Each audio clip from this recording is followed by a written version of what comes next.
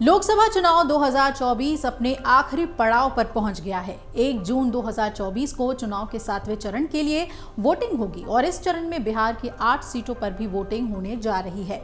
इन 8 सीटों में सबसे ज्यादा चर्चित सीट काराकाट लोकसभा क्षेत्र बनी हुई है और इस सीट पर भाजपा से बागी हुए भोजपुरी स्टार पवन सिंह निर्दलीय चुनाव लड़ रहे हैं।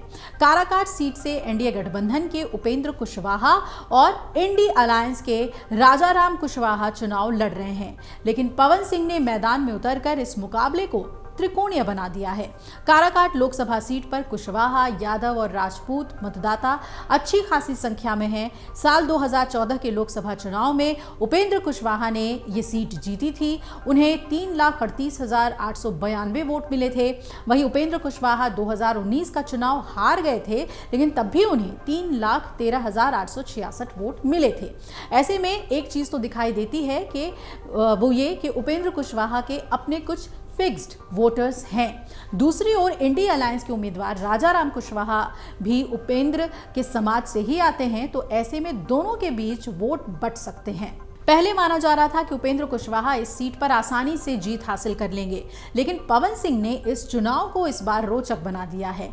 लोकसभा चुनाव की बात करें तो भोजपुरी सिनेमा के 3 बड़े स्टार मनोज तिवारी, रवि किशन और दिनेश लाल यादव उर्फ निरहुआ अभी बीजेपी से सांसद हैं और इन सभी को अपने पहले चुनाव में हार झेलनी पड़ी थी। मनोज तिवारी ने 2009 में सपा के टिकट पर गोरखपुर से योगी आदित्यनाथ के खिलाफ ही चुनाव लड़ा था, लेकिन हार गए थे।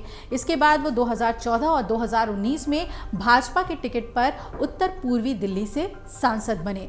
अब रवि किशन ने 2014 में कांग्रेस के टिकट पर जौनपुर से चुनाव लड़ा, लेकिन वो भी हार गए और 2019 में भाजपा के टिकट पर गोरखपुर से मैदान में उतरे और जीते।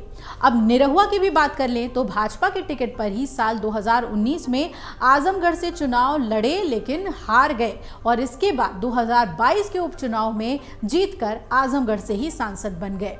पॉपुलैरिटी और भीड़ जुटाने के मामले में पवन सिंह का कोई जवाब नहीं है। वो काराकाट में बीते कई दिनों से लगातार धुआंधार प्रचार कर रहे हैं, लेकिन देखने वाली बात यह है कि काराकाट में कुशवाहा वोट के अलावा यादव, राजपूत, ब्राह्मण, वैश्य और भूमिहार वोट की एक बड़ी संख्या है।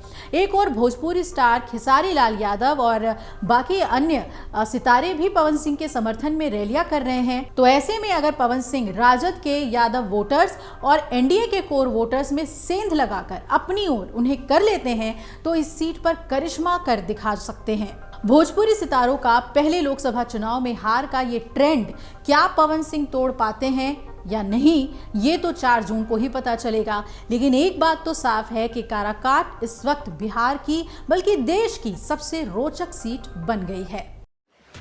एग्जिट पोल 2024 1 जून शाम 6 बजे से, लोकसभा चुनाव के नतीजे 4 जून सुबह 7 बजे से। देखिए चुनाव नतीजों से जुड़ी हर खबर सबसे पहले, सबसे सटीक, केवल अमर उजाला पर, amarujala.com।